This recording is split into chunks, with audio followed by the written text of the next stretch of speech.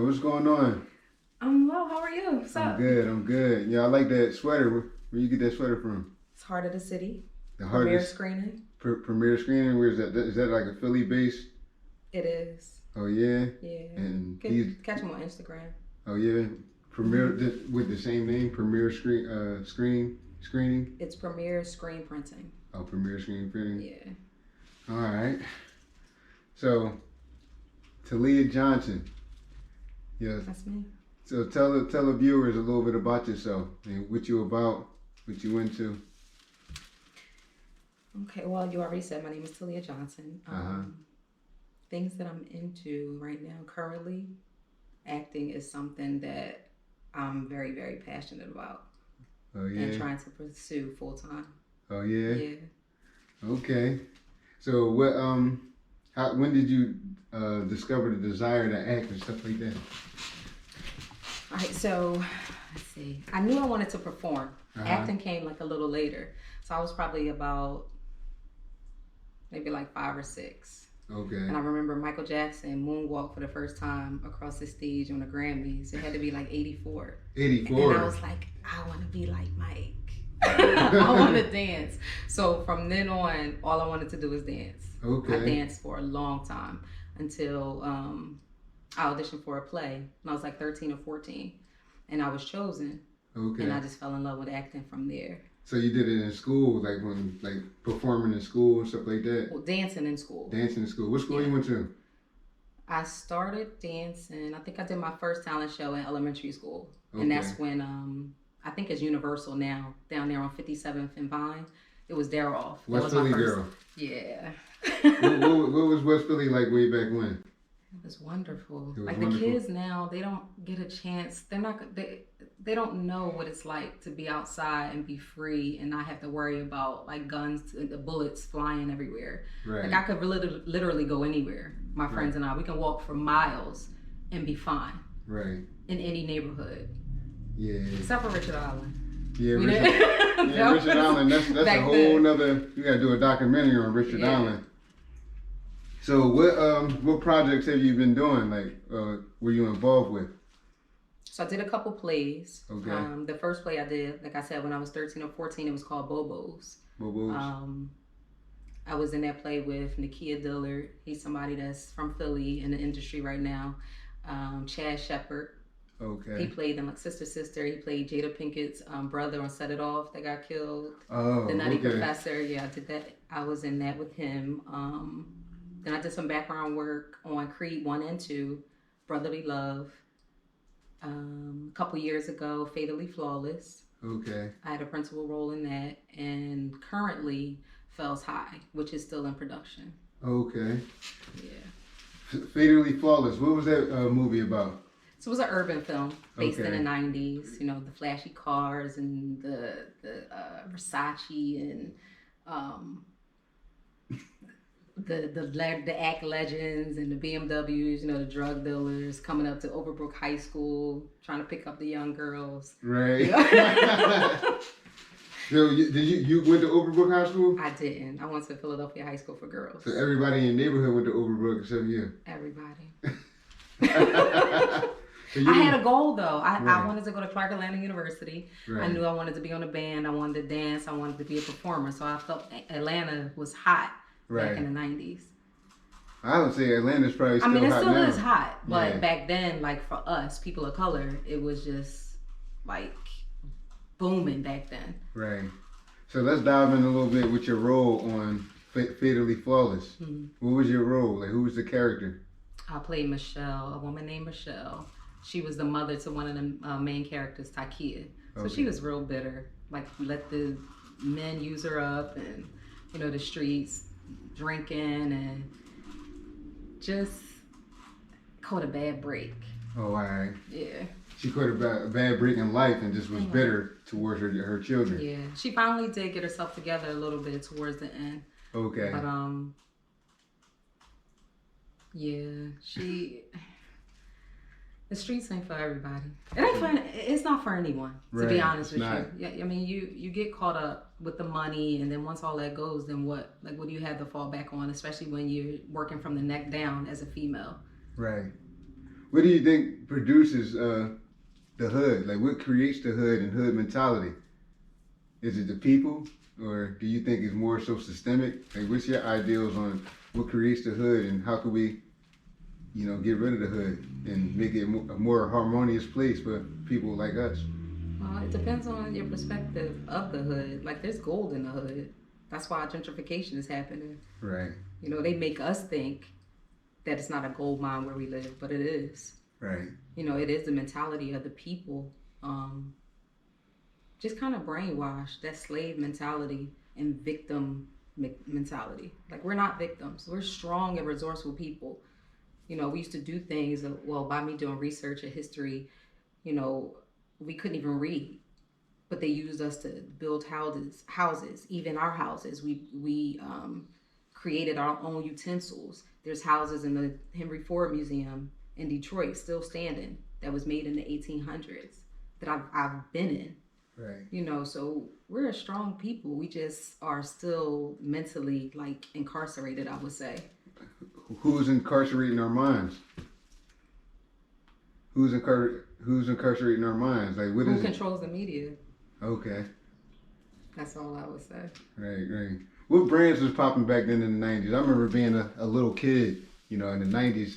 Seemed like it was a great time for me, but I wasn't old enough to experience, going out and going to different clubs. I remember Philly had Club Gotham. I would hear it on the radio and stuff like that. Oh yeah, Chrome, Suede. Right.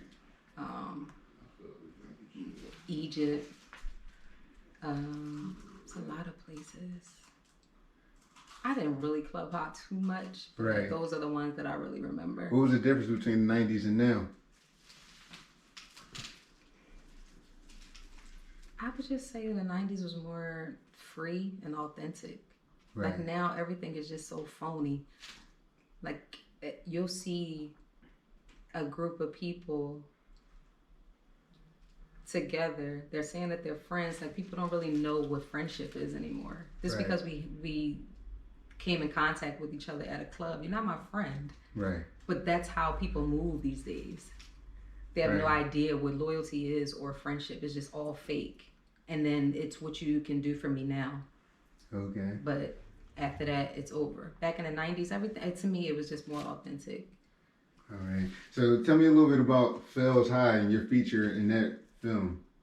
Fels High is based on some events that happened at the actual Fels High here in Philadelphia. Okay. Kevin Nelson is a director, writer, and producer of that movie. And he actually went to Fels High. Okay. Yeah, so it was kind of based around a story that happened. I think it was in the early 2000s. In my role, I play Pat Dukes. So she is the mother of one of the main characters. His name is Beef, one of the boys that attend the school. Okay. Yeah. So who else is some of the notable people that you work with throughout your whole acting career, whether it's on the screenplay rather? In a play. Or not, or the movies. In the movies, like who's the more notable people? Michael B. Jordan, Russell Hornsberry, Omari Hardwick. All right, so what would you say is the worst role to be typecast in? The worst, like.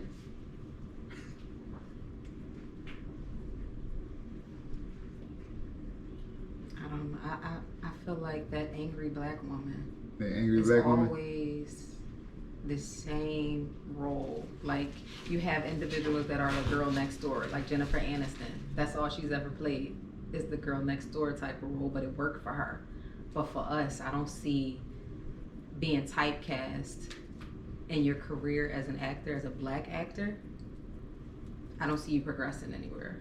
Right. Like Jaleel White, I think he's an amazing actor, but I just see him as Urkel. And I mean, that's not really fair, but that's what I see. That's messed up, man. But I think he's a great actor, but that's all I see. So suspenders and those high pants and that squeaky voice. And the glasses. And the glasses. Right. So who's your favorite actor? Like, you have a favorite or somebody that you look up or you see on film and you like, yo, they really play them roles. Like they're able to do anything. Viola Davis. Viola Davis. Yeah, I love her. Regina King, she doesn't get, I don't think, enough credit. She has been winning awards, but I mean, she's really, really good. And she's been here, like, through the test of time, like, since the beginning.